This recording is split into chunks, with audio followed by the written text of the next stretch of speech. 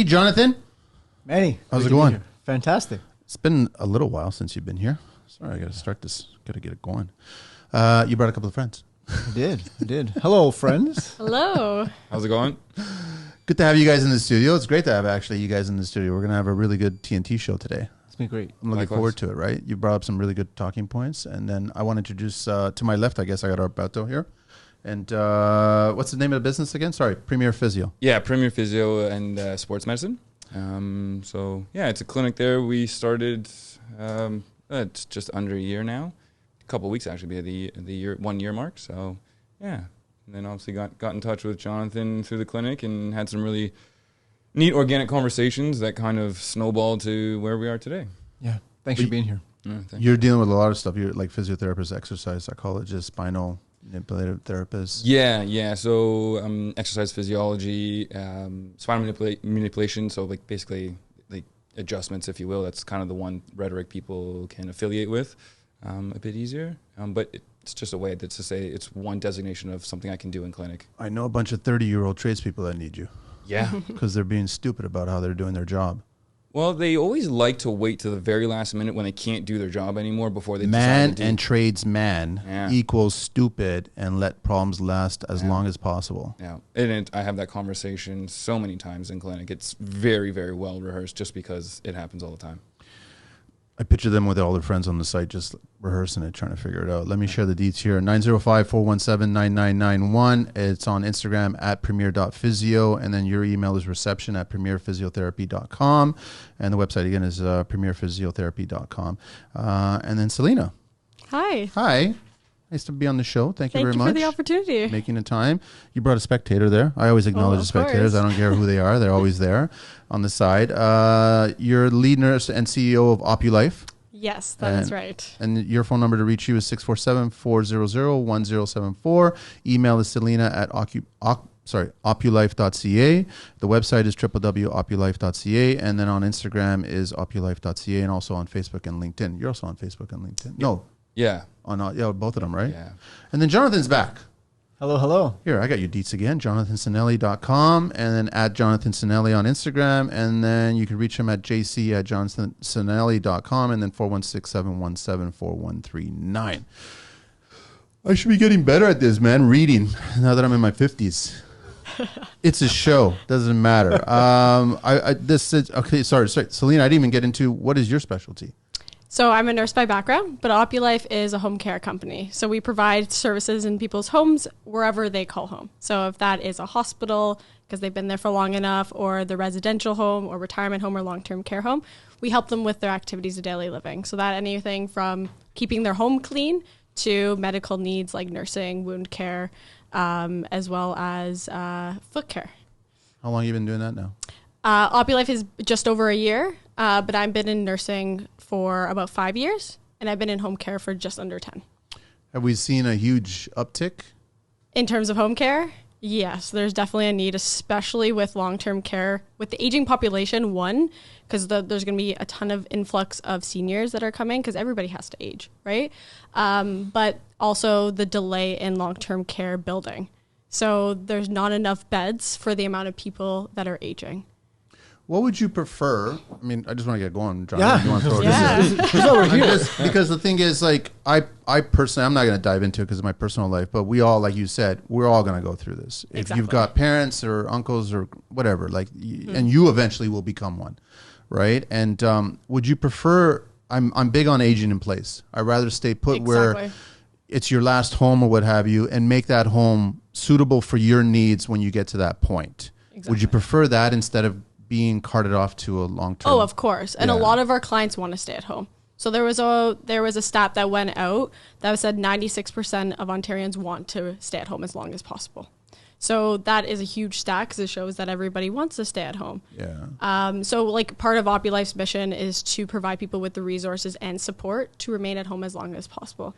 But sometimes there is those cases where you can't. So like if there's Alzheimer's, which everybody knows is an increasing disease that's happening amongst the senior population. Usually exit seeking, where they're trying to leave their home, is something that they usually happens. So when they do that, they try to leave their home, and we've had clients that through the night, they they just walk on the highway. So, or they get lost, right? And when those cases happen, it's really hard to stay at home. And there are certain things you can do, like you can mask doors, you can like put up a painting, but like sometimes that's a little bit harder and it's a lot on the family.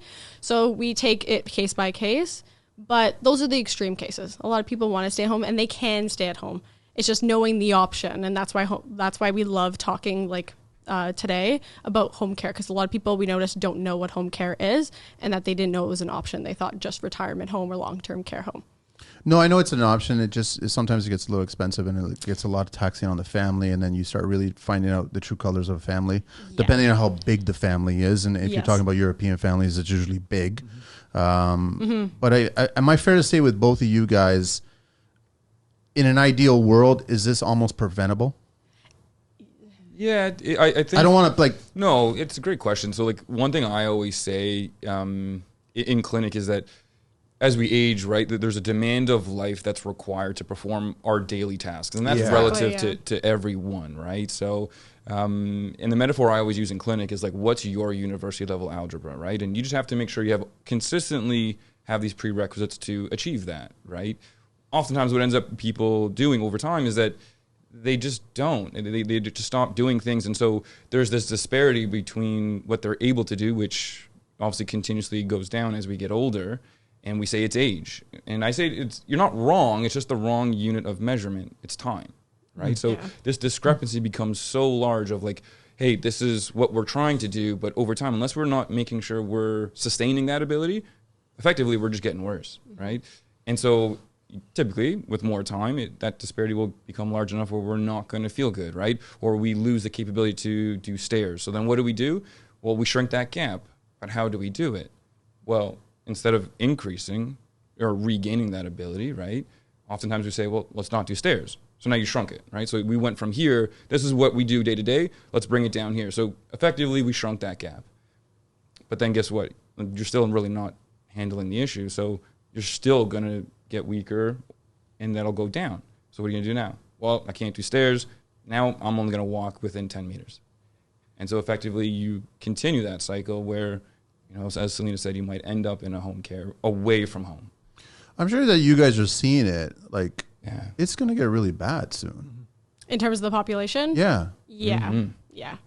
So there's a bunch of stats that show how we have more of an aging population than we can manage. So we don't have enough resources, hospital support, clinic support, home care support, long-term care. Like there's not enough. And I know there's a lot being done, but it's not quick enough. And we all know that, right, for what's coming.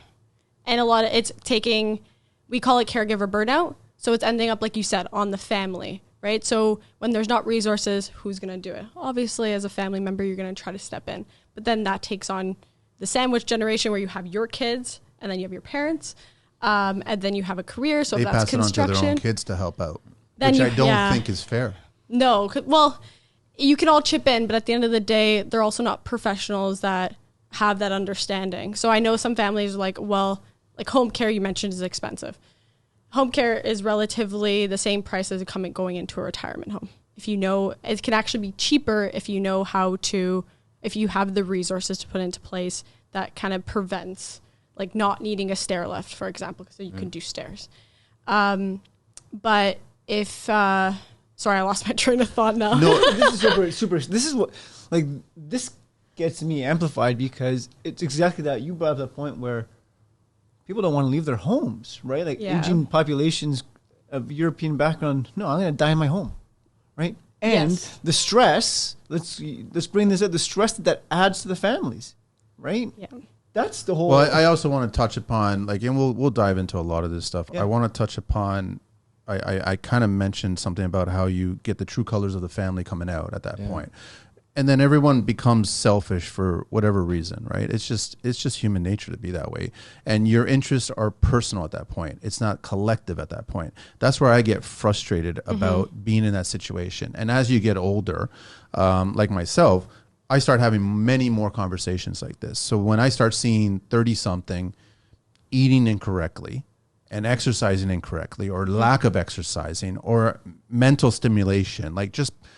I'm like, you're on a path to become a part of this population that you should not really be a part of. Yeah. And then when I look at it, when I go back to Europe and I'm walking around and I see the old men, I wouldn't say they're, Usain Bolt or anything like that, but they're vibrant. They're not struggling to get out of a cafe chair. They had their espresso and they're moving around. The thing is that they're moving around in a different environment, which is a lot healthier. And so here in Canada, I think we're hugely victims to just like, it is what it is. So then I'm just inevitably going to be a part of that population. But that's not the case. I find like a lot of times is that there's an autonomy that each person needs to take on themselves, right? And so you just end up sort of being a vehicle within yourself, and you're not necessarily cognizant of that, right? And there's just literally the simplest things to ensure the quality of life is so much better, right? Because I think there's a very relatively cliche phrase is that like we're taking longer to die, but we're living less, right? Yeah.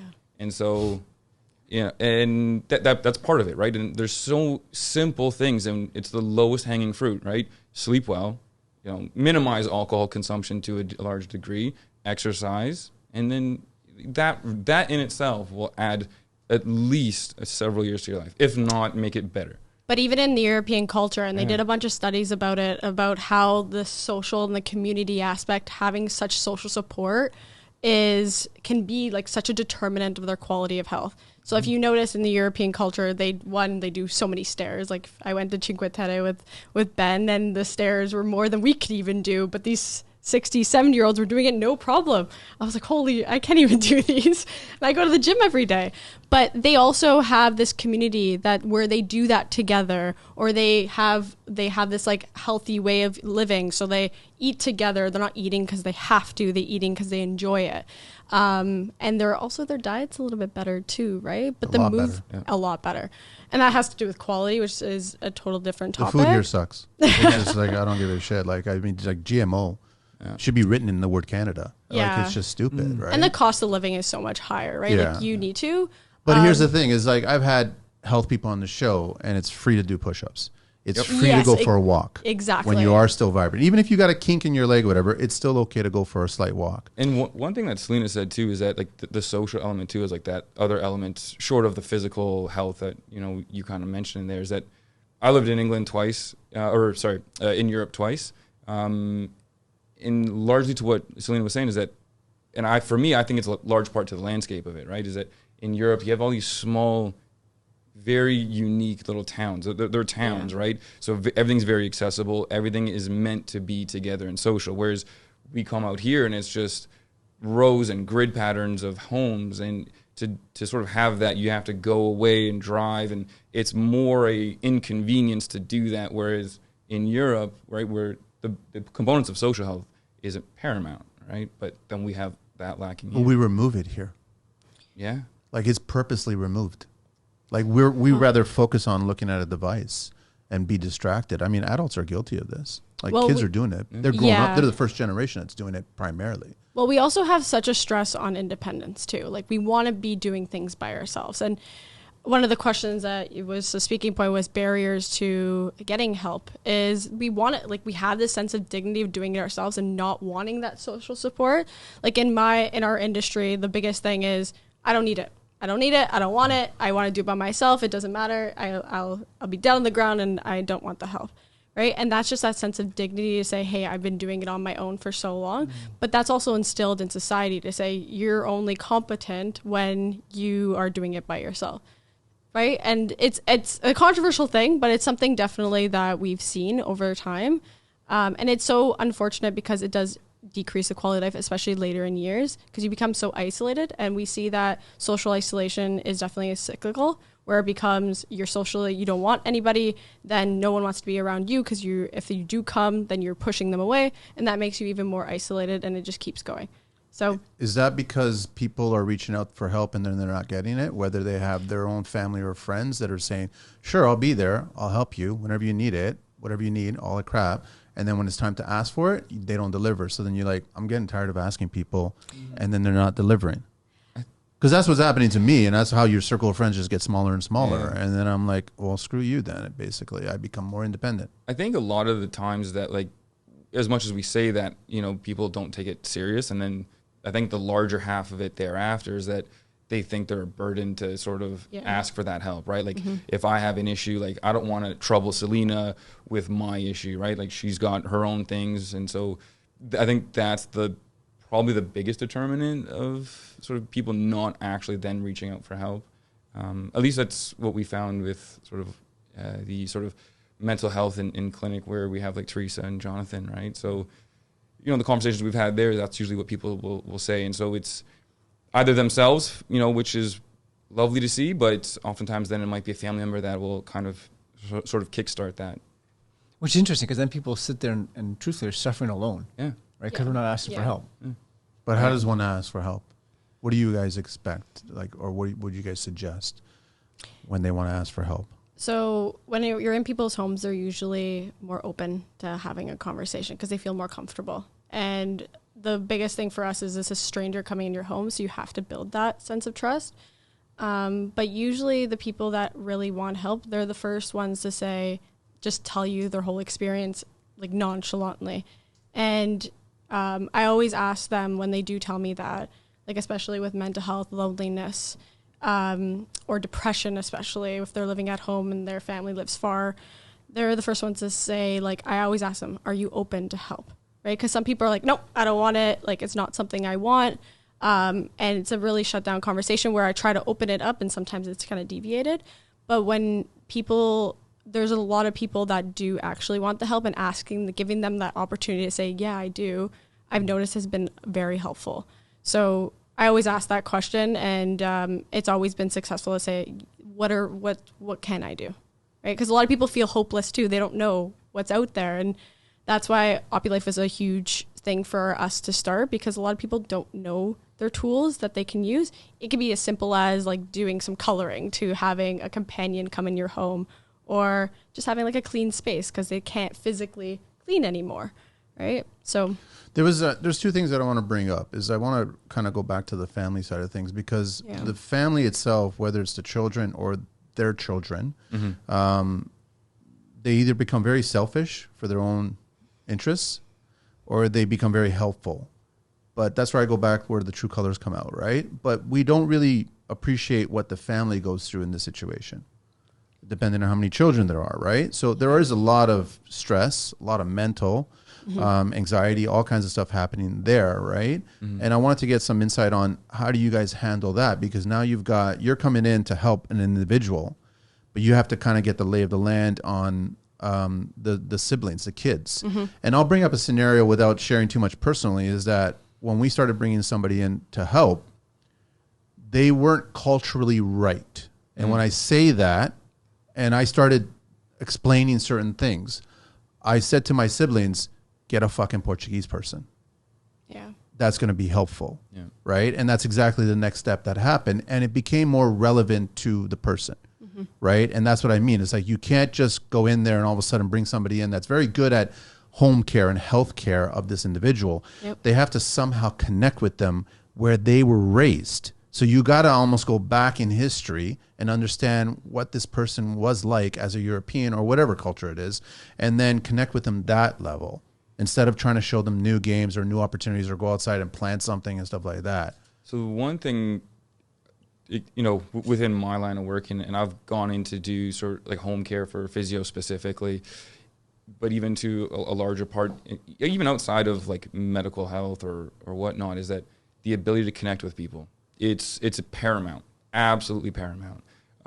Because if you don't have that, you can't go beyond helping someone. It has to be a genuine connection too. Yeah, you can't fake it. So one of the most important things for myself when I work, I can only speak for myself, is that when I'm working with someone, my job is to connect, but I'm always going to be consistently authentic. That's it. Like, I'm not here to sell you anything. I'm here to understand you, learn about you, because that's the only way I can connect with you, right? And then once you establish that, then can you then slowly start to learn more about the person? They will feel comfortable. They will open up. And you're not only helping them, and it goes with Selena as well. For me, like, yes, it's physio, the physical nature of it. But when I'm treating someone, I'm not just treating like an ankle or a knee. You treat the person, right? And so, and I always make the joke in clinic is that I use the second half of my title more than the first half, therapist, right? Because I'm managing the individual, trying to help them, guide them, coach them, whatever it may be, but I need to connect, right? And so much to what you said, right, is that they need to feel comfortable and you need to connect. And now with an age, like we were saying, where everyone's addicted to their phone, we're the most accessible we've ever been, but the most disconnected. And it's a skill that we're slowly starting to lose. So what do you do to connect with people the most? For me, it's I'm like a genuine curiosity. Like when I have someone in clinic, like I want to learn about this person. Like authentically speaking, I'm not trying to do it as a gimmick or a gag that, hey, no, like, what is it that you're interested in? And for me, I'm always curious about so many things so that I can connect with someone on a different level. Like someone's into F1, someone's into a unique hobby, or someone culturally is from this place in the world, right? That, hey, I've been to, or I have good friends that are a part of that world. So then you become this social chameleon to a degree, right? And that's a very important skill set. But you need to be curious so you can connect. Because if you don't have this curiosity, you're just going to stay within a finite limitation of what you're exposed to. Then how can you connect to anyone beyond that? And you can't. Am I fair to say that in Europe, there's less of an issue with this than here in North America? Because I think Canada and U.S. is very similar. When I say home care and therapy, physio, is it less there? Like in terms of the need? Yeah. In terms of the growth of the industry, right? Because the amount of people that are needing this. Well, I think like I can only speak on like the European culture because we've been there I've been visiting there and I have my family that's from there as well. They're very community based, so they help each other, right? So they don't need as much home care. And there's even some families that I went to in their homes where they have quite a big home where they have multiple families in there and they're helping each other, right? So they don't need home care. So I always say, if you can do it, like just like in the European culture, if you can help each other, help it. It will save you money and it'll also help you connect as a family. Obviously, there's concerns with having the understanding and the competency of what to do in certain situations, like how to bathe them properly, safety equipment, and how to stay safe in your home and comfortable. But I do see, like, to answer your question, Manny, it is a lot less because the culture is a bit different, right? And it's a lot more on the family as a support, and they have that sense of dignity of helping their family culturally, where they don't need that external support. Can we get gender? And I'm just going to make an assumption that men are more stubborn than women when it comes to obtaining this care. Like I'll say for us, it's the same both ways. Really? Yeah. It's the same both ways. We actually have more male clients than female clients. But they're at a more advanced stage where the family makes a decision. Okay. So a lot of who comes to us for help is usually the daughters, and they're the ones that have been managing the care for so long, and they're getting now exhausted, having this experience of burnout. And they're usually the ones that are the power of attorney, so they're making the decisions for them, and they can't do it anymore, so they come to us. But again, like, it's hard to say because a lot of the males in our clientele are the ones that the daughters are making the decision. But the females are just like, when I go into people's homes and they don't have any cognitive issues, it's still we deal with primarily Italians. And because we're in the Woodbridge, we primarily do the Woodbridge area or Vaughan. Both the females and the males have the sense of dignity with doing things themselves and not giving that up. And it's a misconception about what we do is like, we're going to do it for them. We're not going to do it for them, right? Like there is I know your face. I get it. No, I know. It's more of like my Nuno, for example. He likes to do gardening, right? And we're not like, I constantly work, my dad constantly works, and we're not always available, but he still wants to garden. And it's important for him, and we don't want to take that away from him, but we have this concern that he's going to fall and that nobody's there. Or that he can't get up, and what is he going to do? Because his phone's like 2 meters down at where he first started. Like it's so when we talked to him, it was more like, you could still do that stuff, but if there is those circumstances where you need help getting up, or just make sure you're safe, like having some sort of guidance down the stairs when you're going down. We don't have to take that away from you, because just like Alberto was saying, once you take it away, it's gone, right? If you don't use it, you lose it, is the common cliche. But And we don't want to do that. And that's what the misconception about home care is. Like, to your question, is it preventative? It is, to a certain extent, where we can, if like fall prevention is a huge thing in home care. So we prevent falls for seniors because once they fall, it can be like 85% usually get injured. And when there's an injury, it's impaired. It cascades to like, exactly. lower mobility, then that's going to accentuate all their like underlying health related issues, right? And they're older. It's so much harder to repair. So we always tell people before you fall, like don't wait for a fall. If you're having like shuffling of the feet, you're holding furniture to walk, that's maybe an indicator of either a family can help you, have somebody there that lives with you, or getting an external help like from Opulife or another home care company.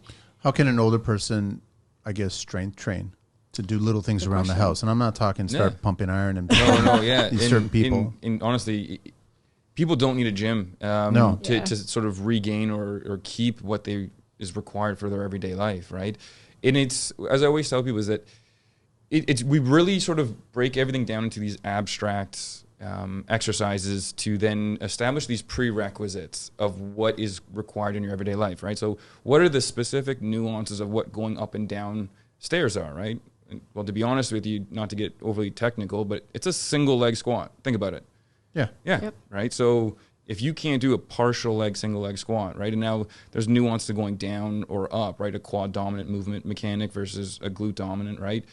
One's more challenging than the other. If we don't have these small little things, it's basically trying to graduate, high school, but you've only done grade 3, right? So let's fill in these gaps, right? Establish these prerequisites, and to go up and down stairs, you don't need iron, right? Your body weight in a progressive manner will get you there. Here's one for you, because I started doing this like a year or two ago. I challenge anybody who's listening right now, try to do a squat blindfolded. That'd be fun. See what happens.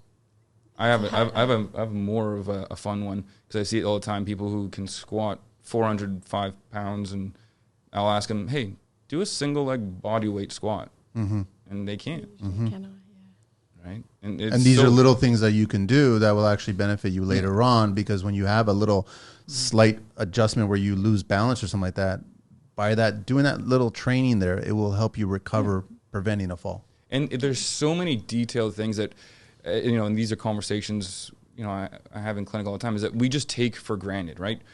Going up or down stairs, like you don't really know what's involved with that, right? And so unless we go through it and we break it down, and I don't really go too far into it, right? Because then it's just a bit of a boring chat, right? But to take it for granted is where people have this misconception where like, but it's just going up and down stairs, or it's just walking. You can't look at it that way. Yeah, right? Like when I tell people, like when you're walking, right? Like if I, for example, now if I have someone who has an Achilles rupture, I have quite a few of them on my caseload at the moment, is that, hey, why can't I still walk? And I'm like, well, here's why. When you're walking, you have to push off your body weight on one leg, like a calf raise. You can't do that yet. We're not there yet. So to have this expectation that I should be walking because of time, that's another favorite question of mine, is like, well, how long is it going to take? My job is to make sure it takes the minimum amount of time as possible. But there are so many things that you can do that can turn this sideways, right? Physically, when does the body start to turn? Where it's like, I joke, listen, in a few years, I'm probably going to start having to get tested to do driving, right? Like, because you get to a certain age where they're going to start testing you whether or not, because your insurance goes down the older you get, but then it starts to go back up the older you get. Mm-hmm. So at what point in your physical body does it start to turn where it doesn't, like when I was younger, I would cut myself, heal like Wolverine right away. Yeah. Doesn't happen anymore.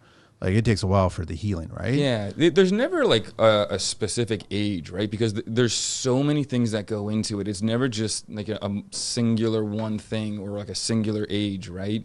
It's why you see someone who can be 30, but they might look like they're 40, but then we marvel at someone who could be 40 and that, wow, you look like you're 30, right? So it's how well you take care of yourself in an entire capacity, right? Of every element of health that will then either shift it to a later date or even earlier, right? But again, if you're going based off of just health and healing and stuff like that, it's more than just one question you're asking, right? Yeah. And so, there's a physical element, there's a medical element, right? There's a physiological element, and so each one is different. But then a lot of the same things that contribute to that It's one big interplay. I always said start the earliest you can. Yeah. Right. Just if start. that's exercise, healthy eating, even just getting some fresh air, managing stress, like all of those affect your health, and they do cascade and increase or exacerbate the aging process, especially stress. Like in our society, stress is so high that we're seeing it's affecting cardiac, it's affecting people's lifestyle and their well-being, right? So, and a lot of our clients that are in their 90s and they're actually quite healthy, they've always been exercising since they were young. They have not smoked. They have a lot of social support. They love people and they interact with their community. And that's wonderful to see. It's just now you're seeing less and less of it. So the quality of life is less and less. This is that proactive approach, right? Yeah. This is proactivity that we see it because, we're in industries that arguably, if proactivity was more relevant, industries might not be as dominant as they are. And that's the thing. Like, no one really talks about it. Yeah. No one does. Like, especially in terms of aging. They don't want the answer? I think it's just a very difficult topic to have. So like we have clients that come in and they're in their 60s, I always ask them, have you thought about like what your end of life would be like? And everybody, it's always such a hard topic because it's a trust thing, but everyone's just like, they kind of just go, they freeze. It's like, I've never thought of that. And I know it's such a hard topic because no one wants to think of dying, but it's something that needs to be considered because we have families that I ask them, it's like their family member is not able to make decisions anymore. So their daughter, for example, is the one that are making decisions. And I always ask, what would your father would have wanted? Right. And they're like, we never had that discussion. So they're in that, and that causes a lot of stress for them. And to your point about being individualistic and not being able, like, what I'm trying to say, so that's like that selfish part of them. Usually I see in family members when they're selfish is because they don't know what to do. So they're kind of there's a lot of self-interest going on, right? There's a lot of it, but there's a lot of variables that go into it. Yeah, 100%. Because we've seen abuse before financially, unfortunately, where they're making decisions because they want the inheritance. Yeah. And that's a hard thing to address. But a lot of it is because they've already have stress in their life through their own life. And then this is adding a lot of barriers or a lot of challenges to them. And they don't know how to respond. And then everybody likes to withdraw when they don't know what to do. So how taxing is it for you guys? Because I'm starting to notice this as well. For the person, mentally speaking, to try to connect with the past. And when I say that, when I was a younger man, I could do far more physically, carry, lift, work, ride, run, whatever. But then as you get older, shit, man, I used to be able to carry a lot more. How much does that start to weigh on you mentally? And I guess as you start losing certain functions mentally speaking as well, how much do they revert back to the past and going, I remember when I was a young person and I remember doing this and I remember doing all these things and now you can't do it. Does that really take a huge toll on the person? I get that sentiment a lot in clinic where it'd be like we're working through something like, well, I used to do like this, train for 3 hours and 6 days a week and this and that. And I'm like, yes, it's because we're fixated in the past, right? And it's a skill to just be present, right? And sort of disassociate the two, right? And focus on now and in the present versus living in the past, right? And it's not to say that you can't do that. You just have to adjust, right? And so the moment we can accept that, wow, life's so much easier, right? It's hard to accept it, though. But then that's your ego. Oh, 100%. Yeah, and pride and ego are probably the biggest barriers I to say people. check the ego in the front door. Like, there's no need. There's no need. Because you're just going to then hurt yourself. Literally. So... Do you see it as well, Selena? Like, I can only assume that you do that. Sometimes memories are brought up that they probably remember vividly. Like they're so specific. They almost could just paint a picture. And you're like, I don't understand. You don't remember last week. You don't remember this morning. But then you're telling me about this situation that happened decades ago. With people with not having any cognitive issues, it's definitely stuff that comes up, especially when they went through an injury or they had a fall or they had a surgery. And they're like, well, I'm not able to do this anymore. And they have this, it's like a mourning stage where they're some people are like, nope, I'm fine, and they'll do it, and they'll end up injuring themselves because that sense of pride that's something that they put so much importance towards, like being able to make your own meals. In the Italian culture, food is like the biggest thing. So when you can't make your meals anymore because you've had a fall and you've broken your wrists and now you can't move as much, that's like really hurtful for them. So they kind of have to, yes, it's like you have to mourn the fact that you're losing that, but you also have to put your pride aside, like Alberto's saying, to say, hey, like I do need this help. This is important to me. I need to get some rehabilitation, some support to help me get there. But because people have such denial from the beginning, because of that pride and ego, which again, it's easier said than done, but because they have such denial, they're going through that mourning stage of denial, and they don't move on to the next or go through that fluid motion. They end up sitting there and they lose that ability, and then it just keeps trickling. Because once you say you start not making meals anymore, that means you're maybe sitting on the couch, or emotionally now you're feeling some sort of depressive state, and now you're socially isolating yourself, and now we're in this cyclic in this motion where now you've only made yourself worse. And it's so unfortunate, but you see it so commonly just because you can't ask for help, right? Or you don't see the need to ask for help because of just that denial.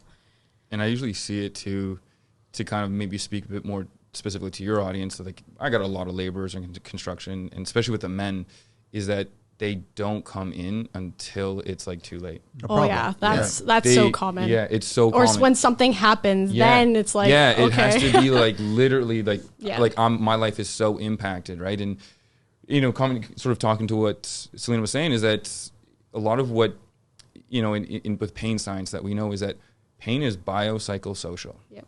Right. So, right. To let's say a laborer, right? Well, my ankle, it's really bad now because I've, denial, like, hey, I can just grind through it. I'm going to be tough. It's not a problem. I'm going to keep going up until the point they can't. Now they're not working. If they're the sole provider for their household, well, that's going to amplify, right? They can't work. That's going to be even further amplified. They have 2-3 kids, right? Money was already tight from the get-go. And so now you have all of these social elements and then these psychological elements that come on top, right? That it's why I say that a lot of the times I'm talking to the person, and the physical stuff is the easiest part, right? Like that's relatively predictable for a large degree, not always, but I'm having to work with the individual more so on that side of things than everything else. And oftentimes, we were talking like genders between men and women, is that I always kind of find it funny is that I never typically see the man. I'll usually see the wife first, and then she'll bring the husband in after. Right. This is an old school culture. That's all it is. Yeah. And it's, like I can understand it and I appreciate it, right? But it's going to be so much easier having someone ask for help earlier, right? Because now you're not having to sort of climb, this sort of metaphorical hole that you've gotten so far down in, right? One, it'll be financially easier because we're not having to climb back from something that's so detrimental, right? So the earlier we ask for help, the better. It becomes part of your routine as well, right? It's a proactive routine. Somebody comes in for... my situation was simple. I went in for a finger, met you, helped the finger, and it was like, oh, by the way, let's take a proactive approach to this and this, right? And because then it's like you're dealing with it at the other end, and you as well. It's that cognitive awareness. It's not easy to sit on to talk about to say, well, I was once cooking and now I'm sitting on a couch. That person has to process that, but then so does the family, and they don't know how to deal with it.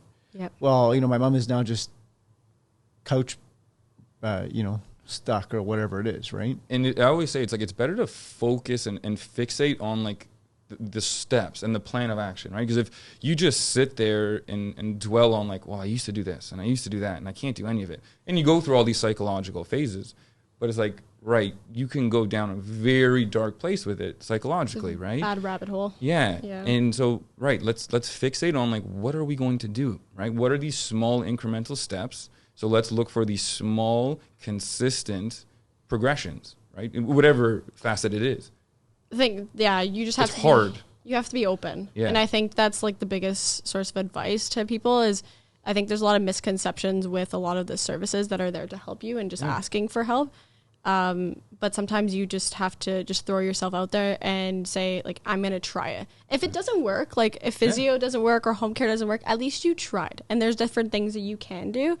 But a lot of people have this mentality where It's like, nope, it's not for me. I'm not doing it. Especially with home care. Like I go into homes and it's like the family wants it, but the father doesn't want it. And I'm just like, okay, I give it a try. Like we'll start with like 3 visits, see if it works. Nope, I don't want it. Right. And then we had a case where the family member ended up calling me. He's like, my dad fell and now he's stuck in bed and now but he wants to stay home. But we need help with the care in the bed. So it's yeah. I think to what you're saying is that there's this fear of vulnerability, right? Like yeah, that's right? true. And it's everyone, we always want to feel good, right? We always want to feel safe. We always want to feel complacent, right? I kind of have this sort of rhetoric where like we have to be comfortable with being uncomfortable, right? Yep. Like you can't always be comfortable. Like that's not life, right? Like we're always going to have or face some form of challenge or stress in life. Like that's life, right? Like that's real. We're not always going to be sunshine and rainbows. That's a very unrealistic expectation. And that's only going to set us up for even more of a catastrophic sort of mental, stress, right?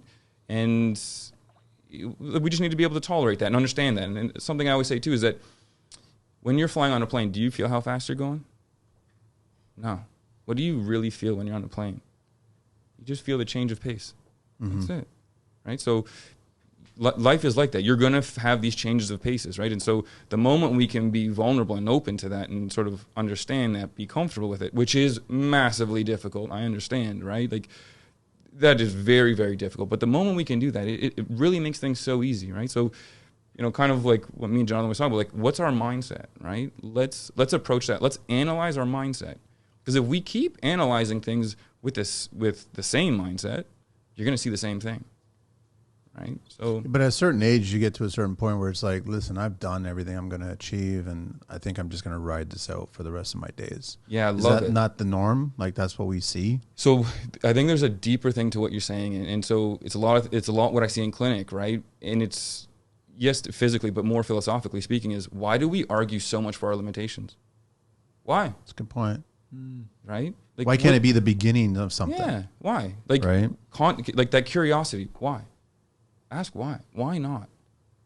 Right? Like, listen, it's not for everyone. I know that's not the mindset everyone's going to have, right?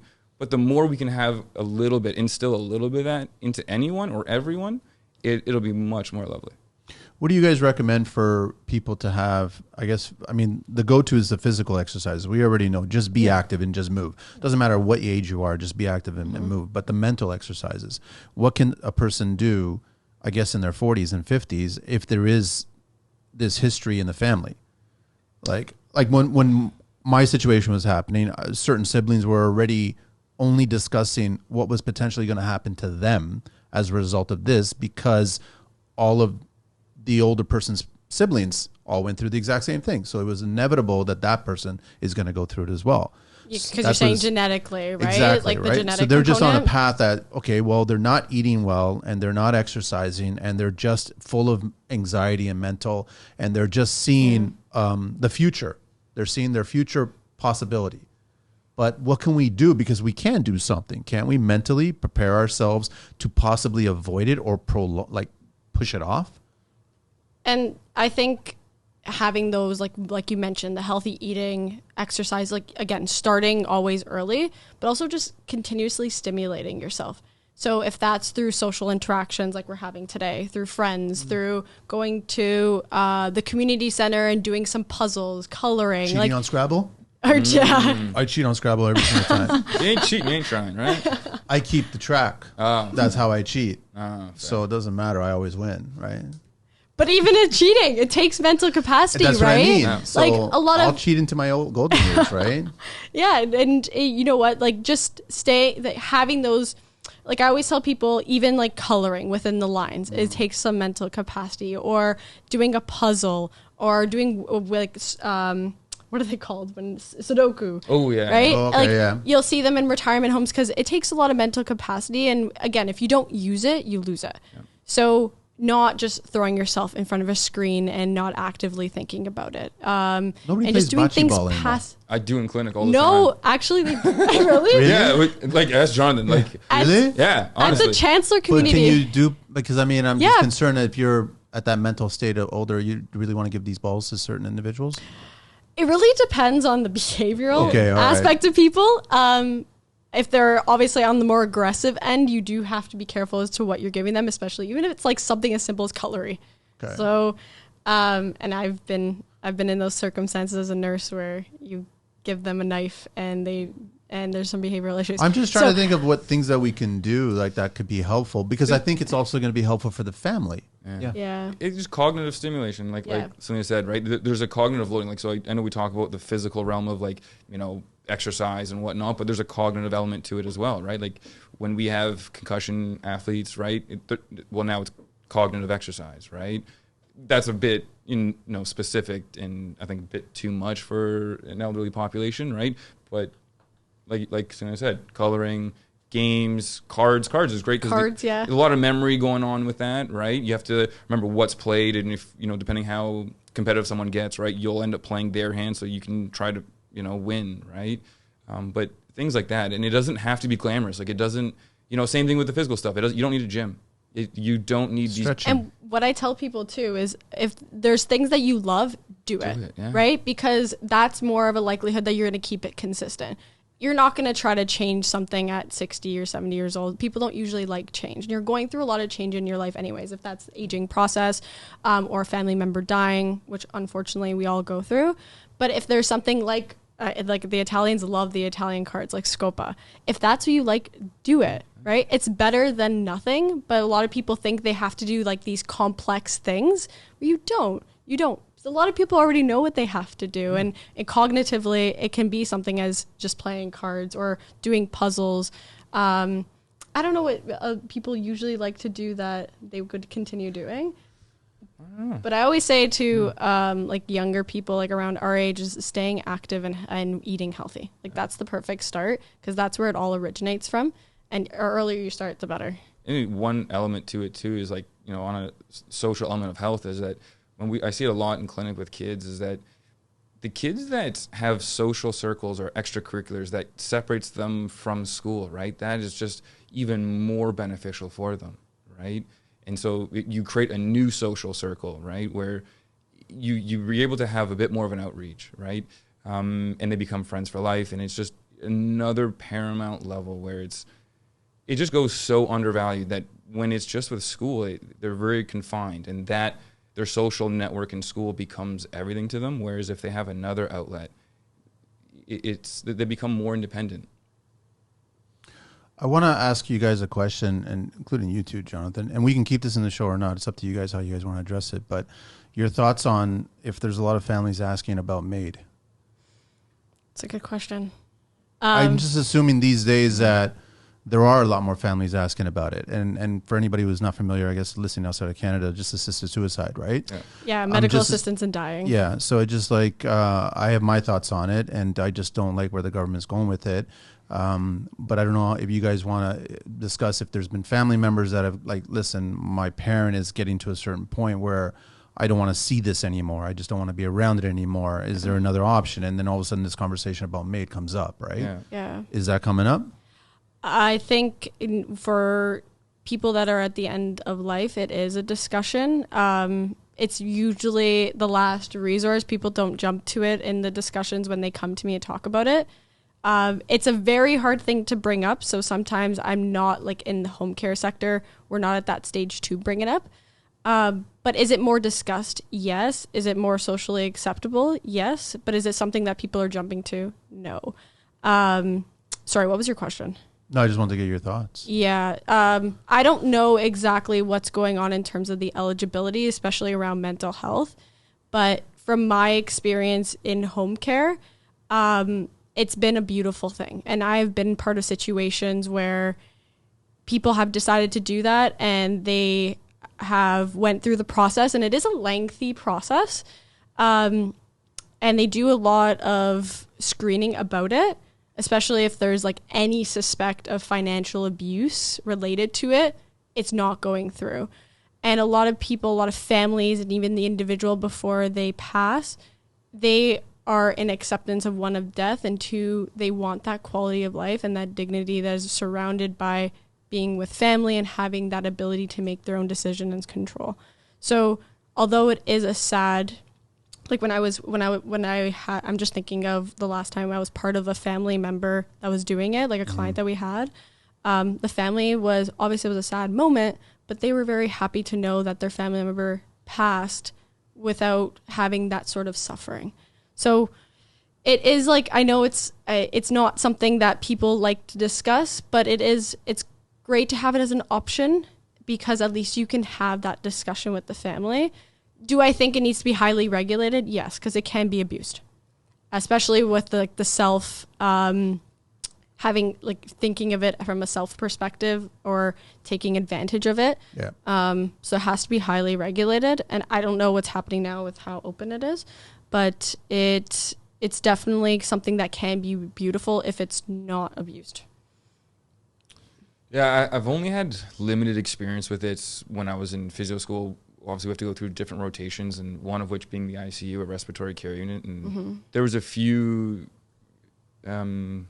encounters with it. There was 2, to be specific. And much to what Selena said, I think she really hit the nail on the head there, pun intended. But it's just, it has to be, it's very circumstantial, right? Because I think that has to be the sort of forefront of it in sort of when we discuss it, is that it's very circumstantial, right? And every family, every circumstance on the medical side and the family dynamics will be different. And there's obviously it has to be rigorous, and it has to be a process, and it just has to be a conversation. And is it something where it seems like it's a better option, or is it sort of obviously not, right? And the 2 that I can recall, like the family were much in support of it. It was very unanimous, and much like Selena said, it was more of like relief, and they were happy with it, right? And that might not necessarily be agreed with some people. They might have another perspective of it, right? And so it just, I think the moment we can accept, hey, there's difference of opinions with it, and I think it's pretty easy to sort of have that conversation. Interesting. I think it's easy to say that it is bad when you're not in the experience, right? Like when you are palliative, having stage 4, so the stage 4 cancer, and it's all over your body, and you see people in the hospital, like it makes me a little bit emotional, because of the suffering that they go through. They're on like so much pain medications, and it decreases their quality of life to the point where they can't do anything, and they feel this lack of purpose.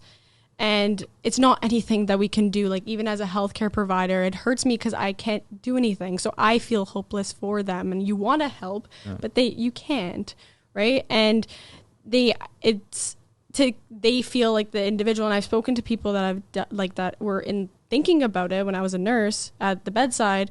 Is they want to keep that sense of dignity, and they want to have that respect for themselves, and they don't want to go through this suffering. That was part of their wishes in the first place. I don't want to suffer like this. It's very debilitating. It's a terrible memory to have. I don't want to go like this. So I don't want to continue like this anymore. And it's a hard discussion, and I'm making it seem a lot easier than it is, but it's very difficult. It's very challenging, but to have the option for individuals that are going through such circumstances, it's one, it has to be vigorous, but 2, it can be a very beautiful thing if it's used under the correct circumstances.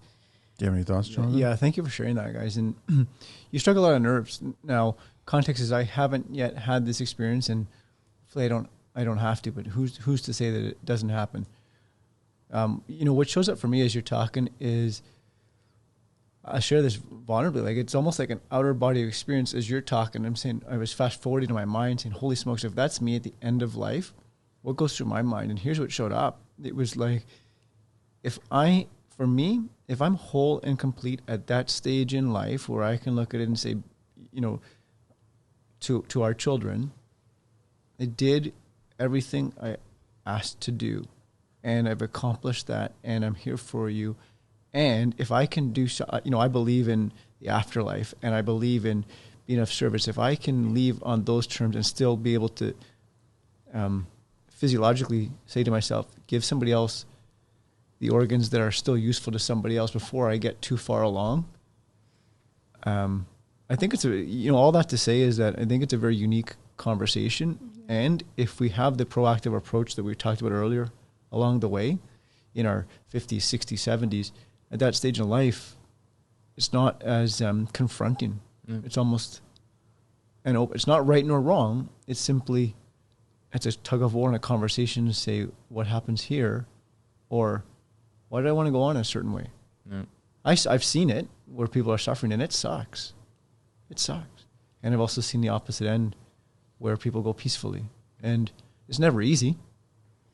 That's the thing.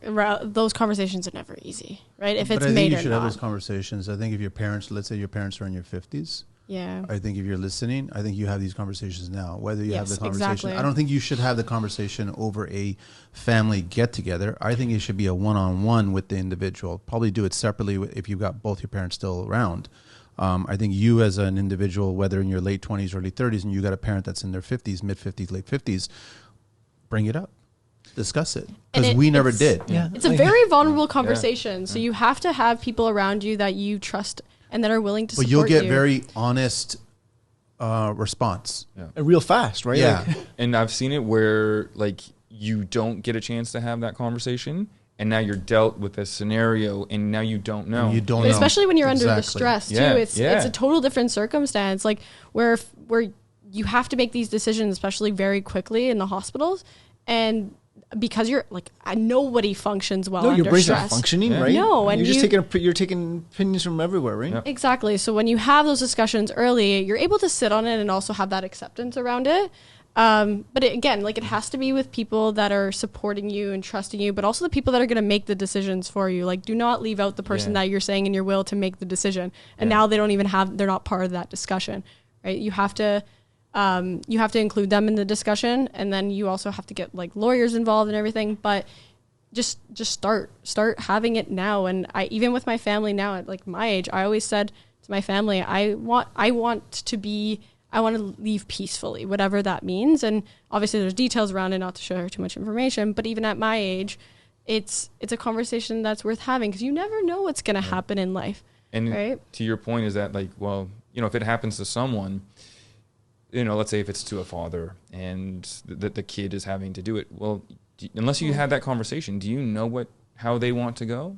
No. You will never. You'll just assume. Know. Exactly. And you're blinded and probably confused by, I think, the transition from what I remember that parent being, what I grew up with, what I always known about that person, compared to what's in front of me right now, is very fog-like. Yep. And it's hard for you to kind of just make a very good decision on which side you think your parent was really going to be on.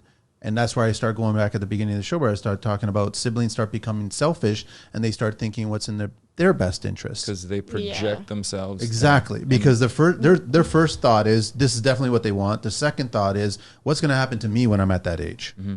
So hopefully someone will be up to bat for me or whatever. But it is under like stressful circumstances, 100%. extreme stressful circumstances. We default to being selfish. It's a fight or flight response.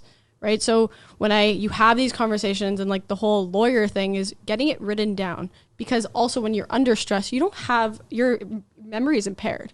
Mm-hmm. So at least if you have it written down, at least you can go back, take a minute, obviously, to decompress, but also take a minute to look at it and recall what your family member wanted, because you don't know, if you have the discussion now and it happens in 40 years, you're not going to remember.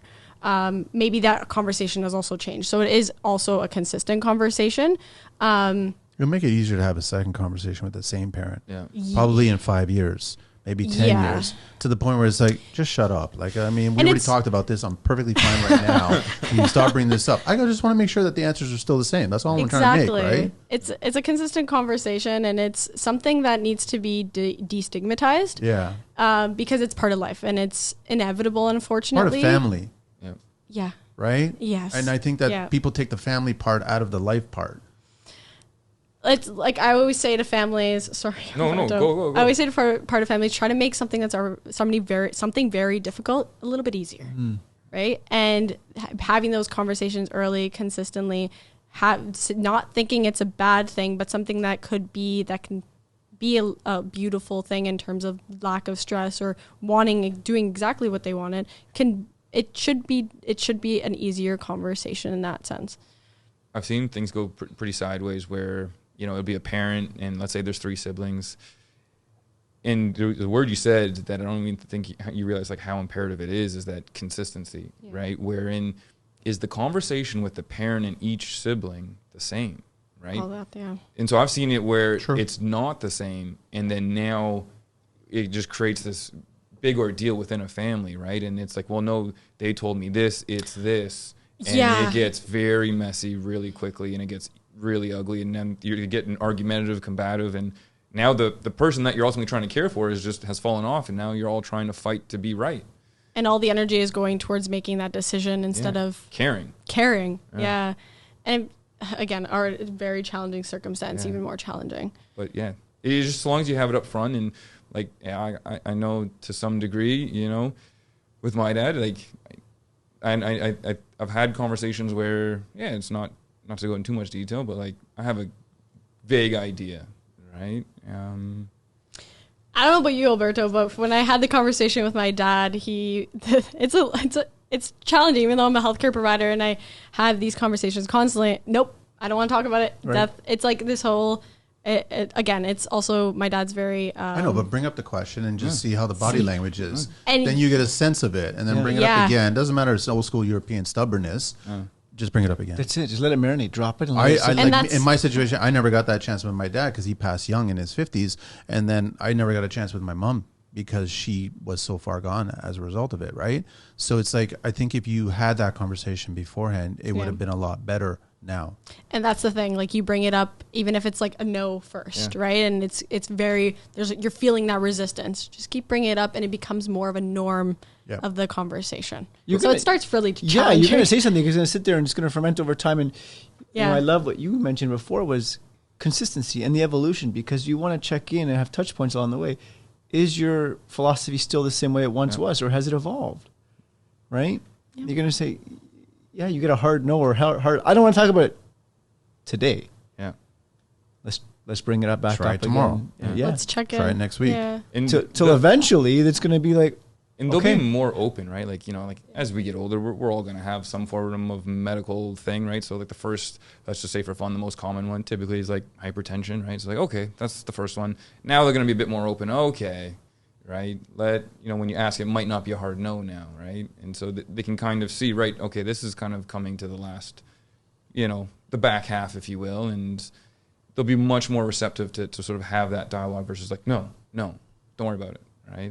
So I'm just writing down really extreme situations that they have to take care of, so then they'll have to do it because it'll just haunt them, right? It'll haunt them at that point, right? So, I'm from Pico, which is from the Azores, which has got the highest point in Portugal, right? So part of mine is something to do with getting on the top there. So whoever's going to be responsible for that is not going to be in very good shape to get up there. No. So we're both going to go at the same time, right? That's a whole other story. I don't want to get into that, but I want to talk about regrets.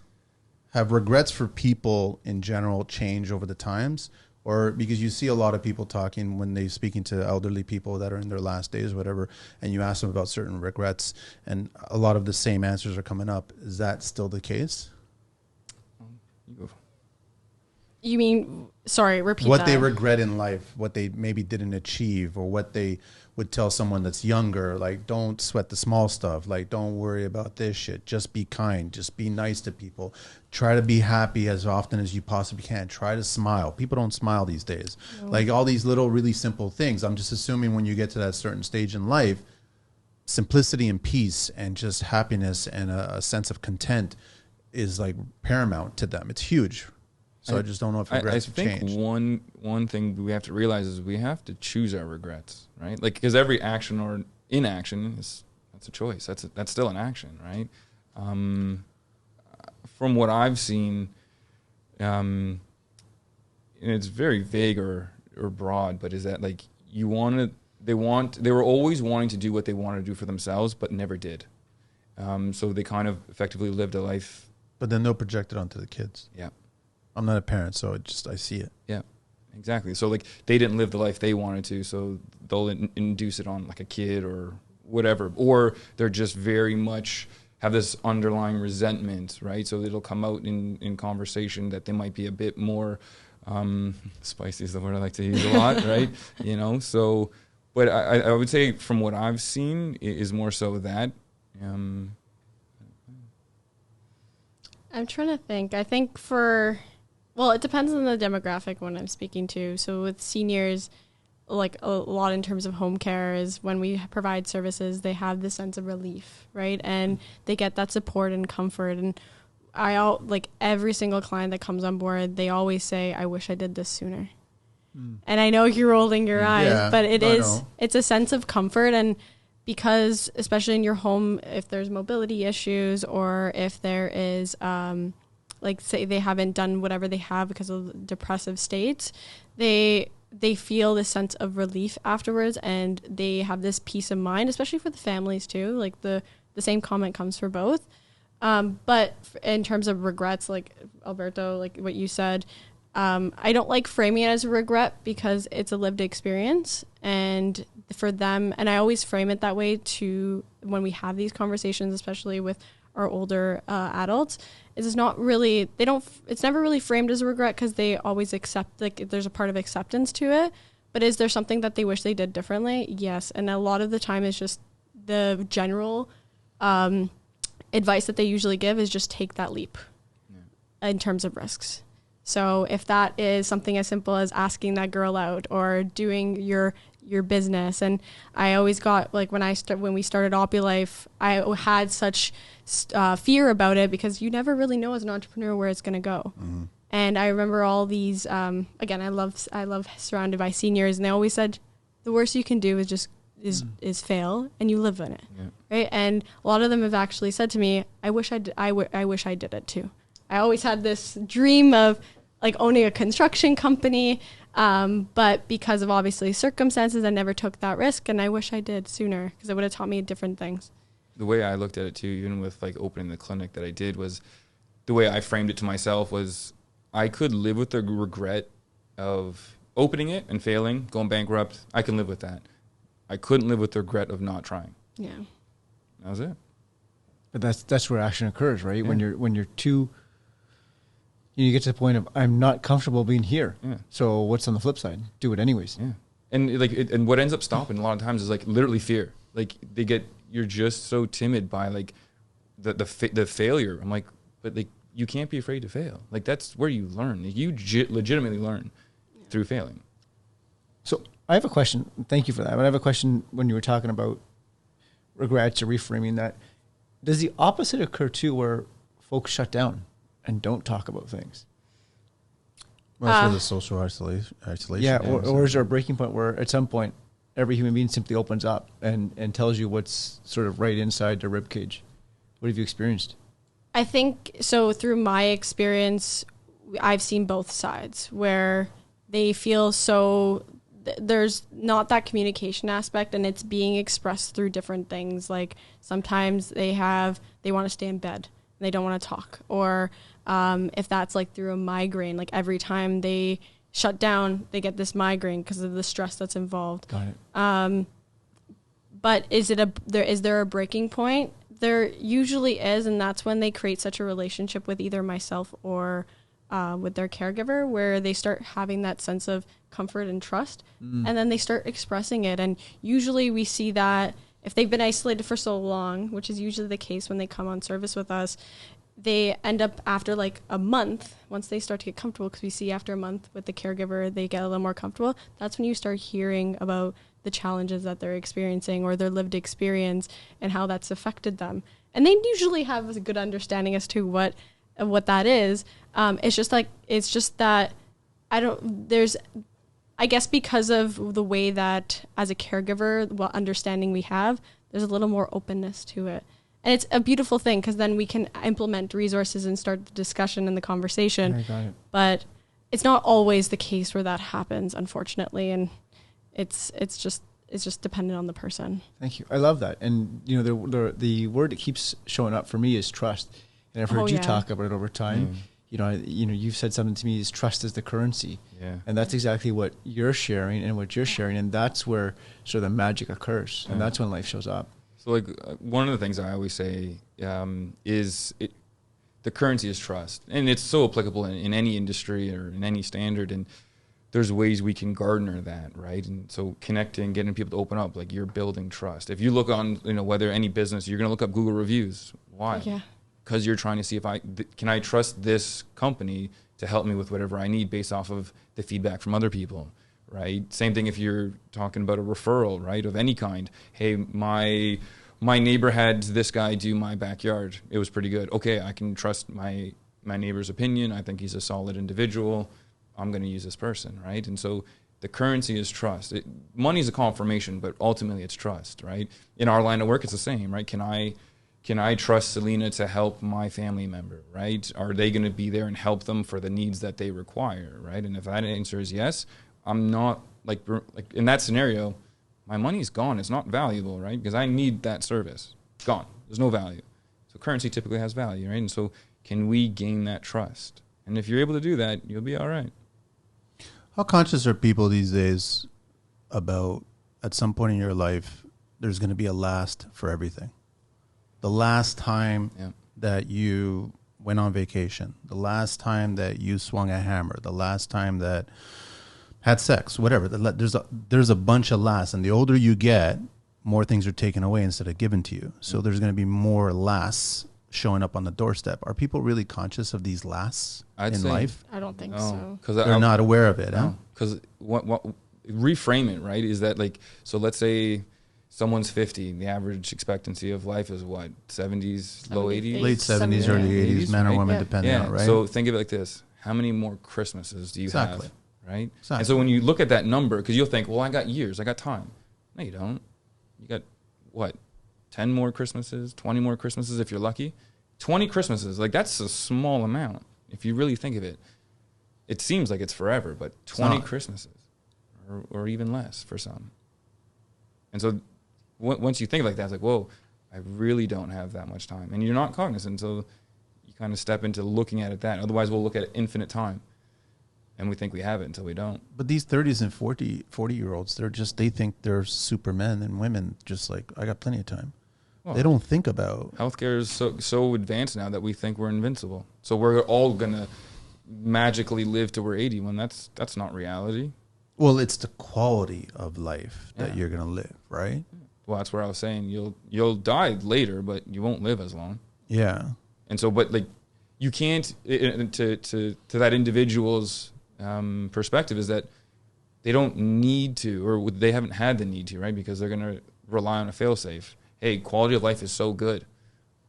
I'm living. So their perception of life is different, right? And that's okay, right? Like their perception of life was like, I'm being. And that's not necessarily okay for everyone, but to their perspective, like that's why they're just not going to think about it. I think to that point, I think there is like, generally, you do have, for the general population, if you live till late 70s, early 80s, it does seem like a long time, right? And there's that sense of, from society, where you enjoy your life for the amount of time you have. So enjoy every day, right? But I think comes with that is it's a scary slope, because then people they think they have so much time that they don't plan, right? And one things that we see constantly is not thinking of retirement. Like everybody wants to retire. It's such like it's this glorified thing where you want to retire and at 65, you have to retire, right? But nobody thinks about what that all means. And for financially or for care-wise, nobody thinks like, oh, but I may get sick or I may need physio, or they don't have that. Because they think they have so much time, they don't think that, or they're invincible, that they don't think about those things and they don't plan. So like for us, home care can be expensive. It's a one-on-one service. Retirement is expensive in general if you want to go to a retirement home. But because people think that they have so much time, they don't put that money aside, thinking that they are going to need it one day, right? I know even too, it's tough, like to your point, is that people don't even realize like the wait list to even get into a place is ridiculous. That's another thing. That's long-term care. Yeah. It's because there's different levels of care facilities, right? Yeah. So you got ghetto, and then you got okay, and then it starts getting better from there, right? But the wait list for all of them, like it's difficult. Retirement homes can be a few days, whereas long-term care, which is the most affordable one, that's where the wait list can be anywhere between a year to 6 years. So it's so hard, and if you don't give yourself enough time, or honestly, having an honest conversation with yourself and giving yourself enough time to plan, you can be stuck in a real pickle where you don't know what to do and you're not getting that end quality of life. And now you have wanted this retirement and now you're not getting it.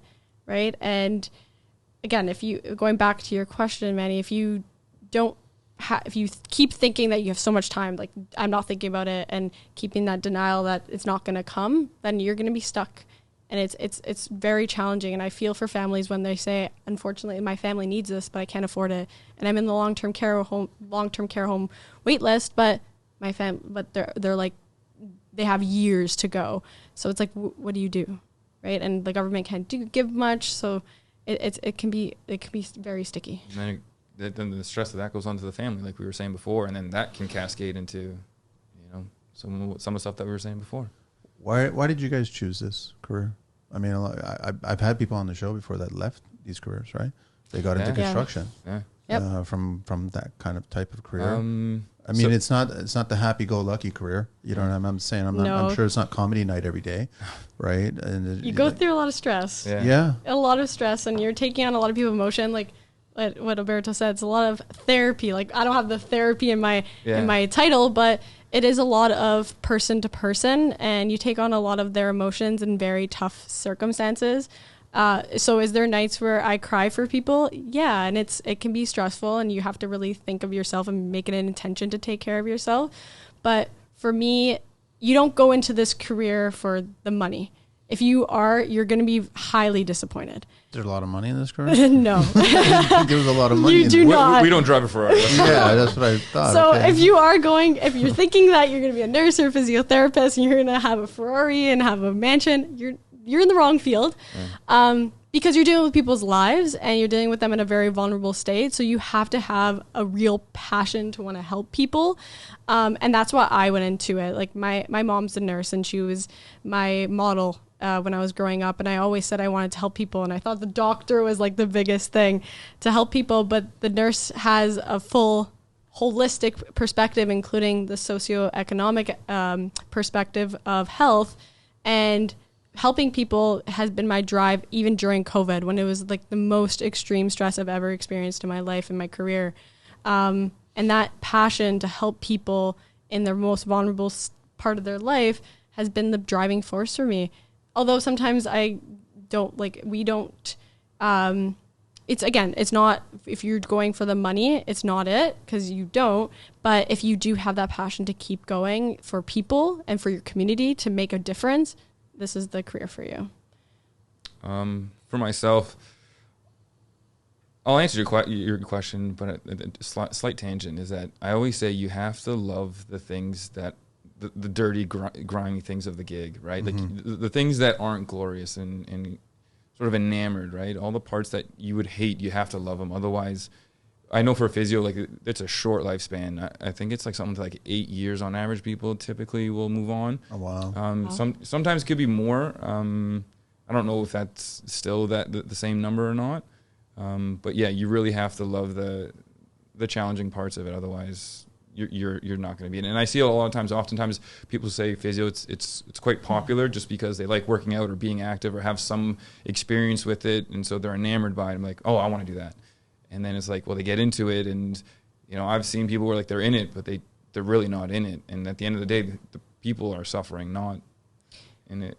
So, but in terms of why I got into it, is I had a string of several like surgeries, 2 knee reconstructions, which I would call that a warm up. I'd take those 2 any day of the week versus the one I had at the end there, where I was kind of telling you, before we started airing here, was fractured my leg pretty badly, where it nearly had it amputated. So the physio that sort of took care of me, shout out to Steve Hill at King's Cross. He's absolutely class. First person to ever sort of kind of see someone change a life to a degree, and respected him wholeheartedly for it, and kind of seeing the impact he had on everyone and helping him, or helping me and everyone else in clinic, kind of opened me up to that. And then seeing how he fought for people in terms of trying to help them, I kind of wanted to do the same. So when I treat someone, I look at them like myself, and I fight for them like I'm fighting for myself. So that's kind of how I got into it, and still enjoy doing it to this day. But I mean, you guys must want to take a mental break as well too, right? Like, you guys are there helping so many other people, but then who's there to help you? Because even in construction, man, it's like, get away from me. I got to take a break from this, right? The biggest thing I tell people in healthcare or any profession is you can't help others if you can't help yourself. Right. And I tell everybody that, from people that we mentor to even some of our clients, and our caregivers especially too, because our caregivers are the ones that are on the front line over being burdened too, and or taking that stress as well. So I always say, watch your back, but also watch your mental health. Do check-ins. Have your vacation if you need to. Like, as a team, I always tell everybody we have to help each other, because we're all going to need that mental break.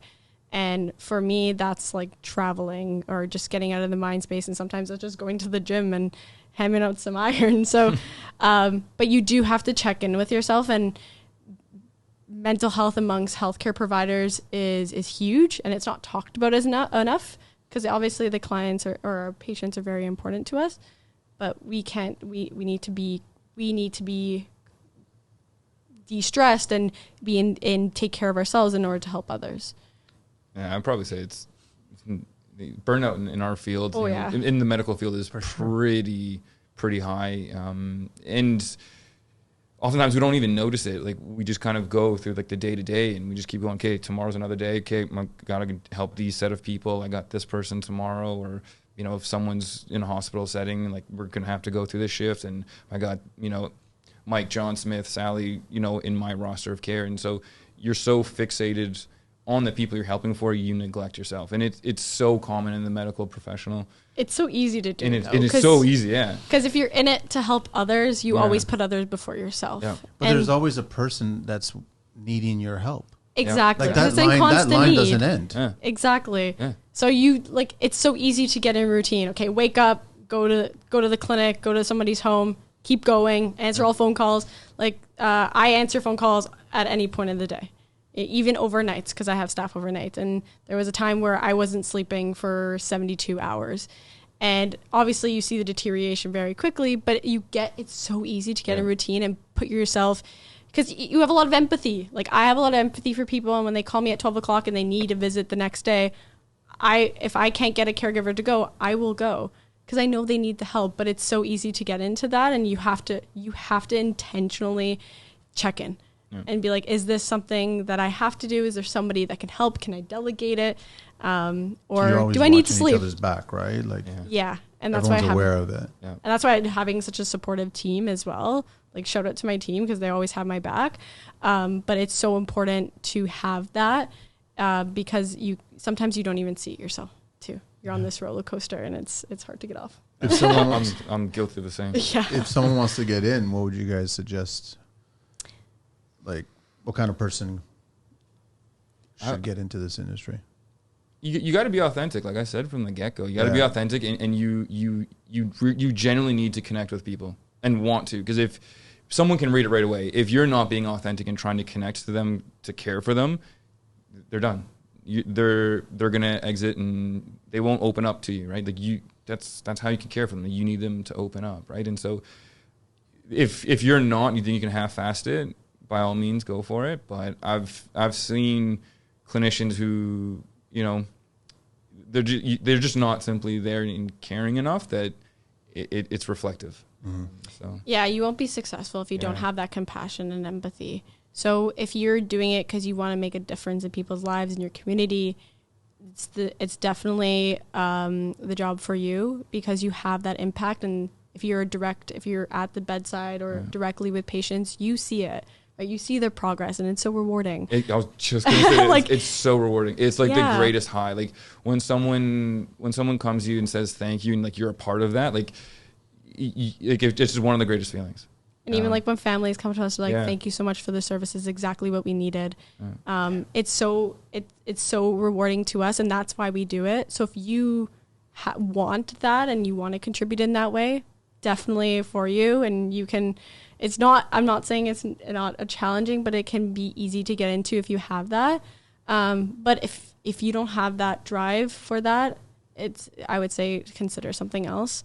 Yeah. Or if you don't know, like if you don't really know, go volunteer somewhere, go to like a hospice, like in our community hospice, Vaughan, they have all volunteer options where you can connect with clients and see if this is for you. You can go to a hospital, you can do clinics, like just get involved beforehand before you jump yourself in, because you also don't want to provide quality care, and you also want to be successful, right? The last thing too is like, you don't want to get into it, spend all this money and this education and time, and then only to then realize, oh, I don't like it as much as I thought I did, because you love the glorification of it and not the things that, you know, aren't so glamorous. And I think a lot, even like for myself, when I was looking into healthcare, because I knew I always wanted to get healthcare, I thought doctors was like the most glorifying thing. But until I actually put myself beside a doctor, I'm like, maybe this isn't for me in terms of the medical field.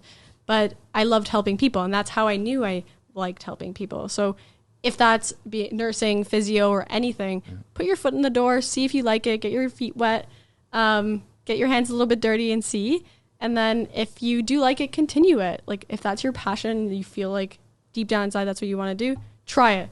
If you fail, like we said, if you fail, great. That's fine too. At least you tried.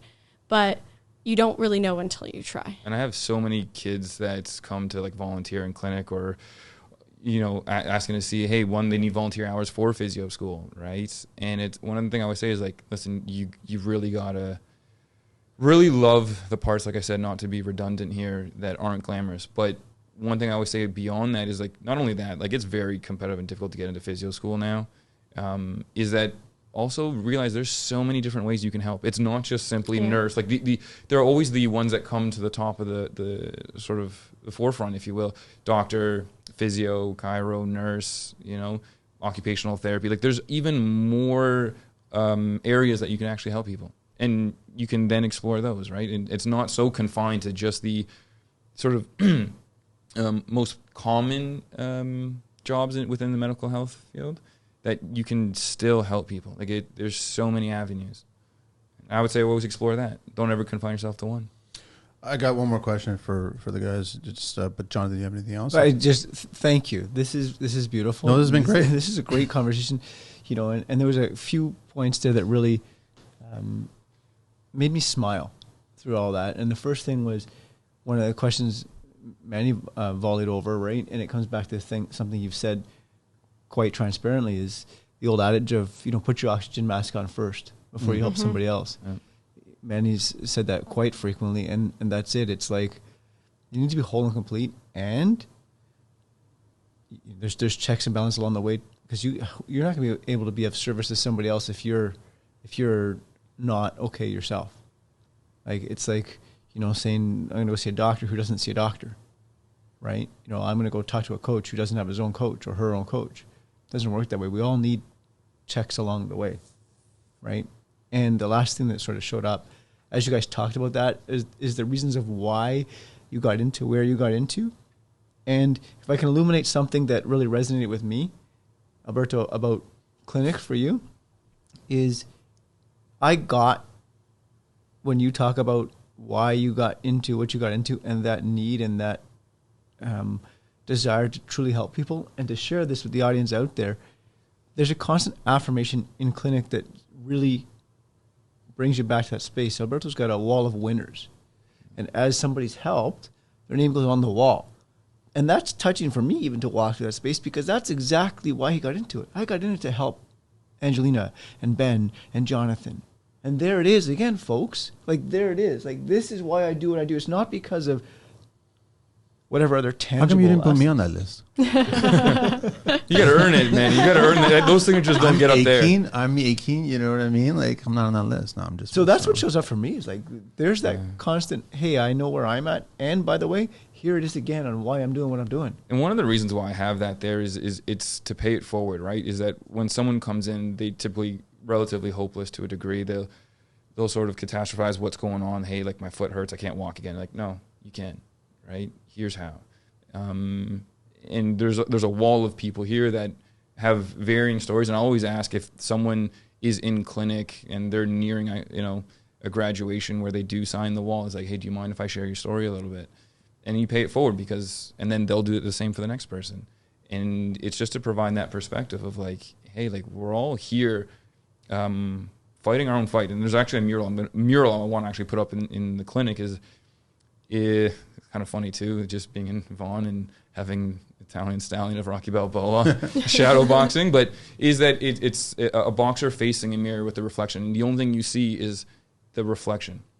And it's because everyone in there is fighting their own fight, and you have to focus on yourself, right? And not compare to anyone else, but yet still celebrate that in the same facet, right? Where you can then pay it forward. I didn't ask this to both of you guys, but how young are people becoming with issues? Like, what's the youngest that you've seen Alzheimer's, or you've seen dementia, or you've seen, I guess, has it gotten younger? I'm just assuming. I've seen people in their 50s get Alzheimer's. I've seen people in their 90s get diagnosed with Alzheimer's. Is it getting younger from my experience? I don't know what the research says, but from our experience, yes, it is getting a little bit younger. But even in retirement homes, like we were at a retirement home yesterday, and the youngest person was 30 years old. Wow. So, not as a fear tactic, but just as knowledge like that we've seen. That's all I can honestly say about that. I wouldn't be able to speak to it as well as Selena. Of course, I don't. With you, I want to find out like injuries. Injuries, yeah, great. Like, what are people? Not necessarily just a sustained injury, like something traumatic happened, where it was a car accident or a fall or something like that. But just like rotary cuffs are falling apart. People are falling apart. Like, what kind of injuries are people doing to themselves? Yeah, it's a tough question to really answer because it's so different that people put themselves through, right? Like, it's so hard because, like, I see kids a lot, right? Pediatric sports medicine, right? So those are like the high volume of active individuals, right? Kids from, I've seen my youngest ever I've seen was a few months, but that's something completely different. Youngest, like, injury wise was like a 4-year-old, I'd say like 9 months ago.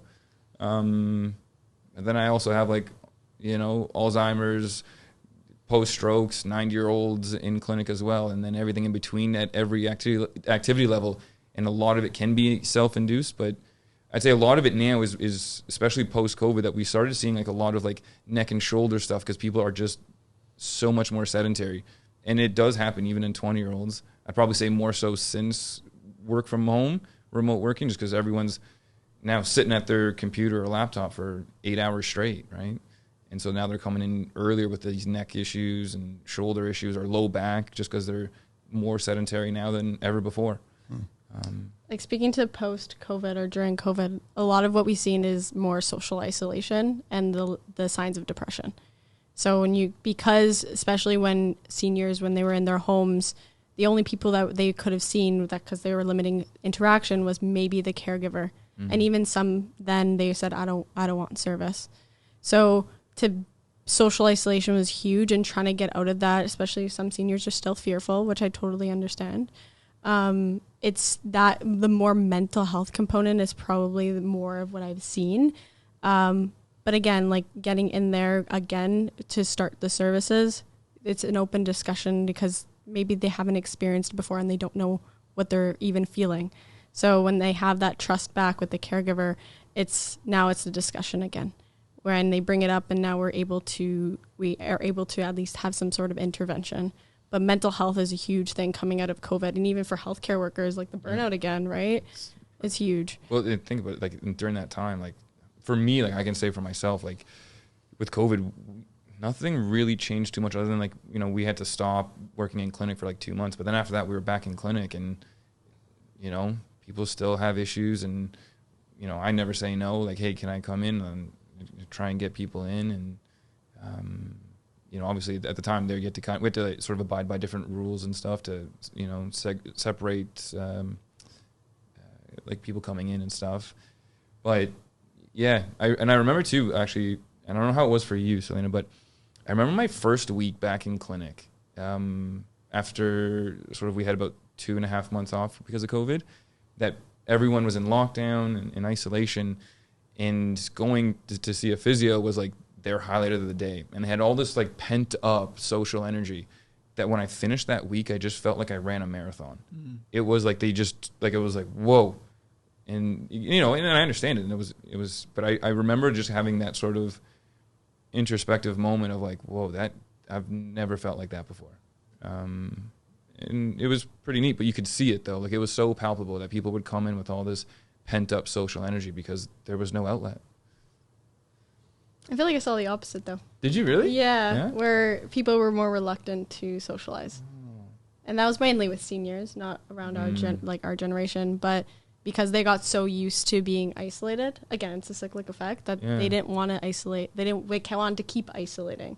And it is around the fear of them dying, because a lot of their friends usually were dying of COVID, which is so unfortunate, and it causes a fear. And again, I don't blame them, but because they felt so used to that social isolation, bringing somebody in is very challenging. Yeah. Interesting.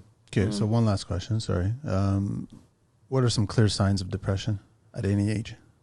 So the clearest one that I've seen is withdrawal of something they love. So recently I went to a home, and our client, she loved knitting. Absolutely. She's been doing it since she was 16. She knitted stuff for her family members, and it's very rewarding for her, because she would give it as a gift to her family, and they would come in proudly wearing it. And then all of a sudden, recently she stopped doing it. And that was also her withdrawing from her friends too, because she was in a retirement home and she didn't want to go downstairs anymore. But the most common one is them withdrawing from what they love, and also very, very easily gets aggravated. So you have to, like, when I have conversations with them, it's a very compassionate conversation and very patient. And some family members have a hard time with that, because they want to see their family member happy, and they want to see it quite quickly, because it's hard to see. But those are the two I would say. I think, again, nailed it on the head. Like, that's literally the clinical definition. Yeah, exactly. Like, not much for me to say on that. Yeah. Okay. So, but yeah. Thank you, guys. Thank you. Anything else, Jonathan, you want to bring up? No, thanks. It's been awesome. Likewise. It's been awesome. It's been great. Thank you again. So everybody can reach out to Jonathan Cinelli at jonathancinelli.com, on Instagram at Jonathan Cinelli, and then his email is jc@jonathancinelli.com, 416-717-4139. Selena's at Opulife Inc., and then it's www.opulife.ca. Correct, yes. Correct, yeah. And then it's 647-400-1074, and the email is selena@opulife.ca, and on Instagram, Facebook, and LinkedIn, you find them under at opulife.ca. And then Alberto is www.premierphysiotherapy.com, 905-417-9991, on IG at premier.physio, and then reception at premierphysiotherapy.com. That's everything, right? I want to do the 12 questions with you guys, because you've done it already, but I want to do it with you guys. And you guys are around construction, so this will still work. What is your favorite construction word? Word. Construction word. I'm trying to think. I've been in the home care world for so long that I GC the clinic myself. So So you should have a construction word there. Don't GC a clinic by yourself. I don't know. Oh, I did that. yeah, definitely don't do that. Say that first thing. It was fun. What would be one? Oh, that's not. That was. I don't know your favorite home care word. I don't know. I'll go lumber. Why not? Lumber? Yeah. Home care word. Home care word. I think compassion. Least favorite tool. Handsaw. No, it doesn't have to be a physical tool. It doesn't have to be a physical tool. I thought you were still going to construction. It could be anything. Like our prime ministers come up on that question. Savage. So it's just least favorite tool. Least favorite tool.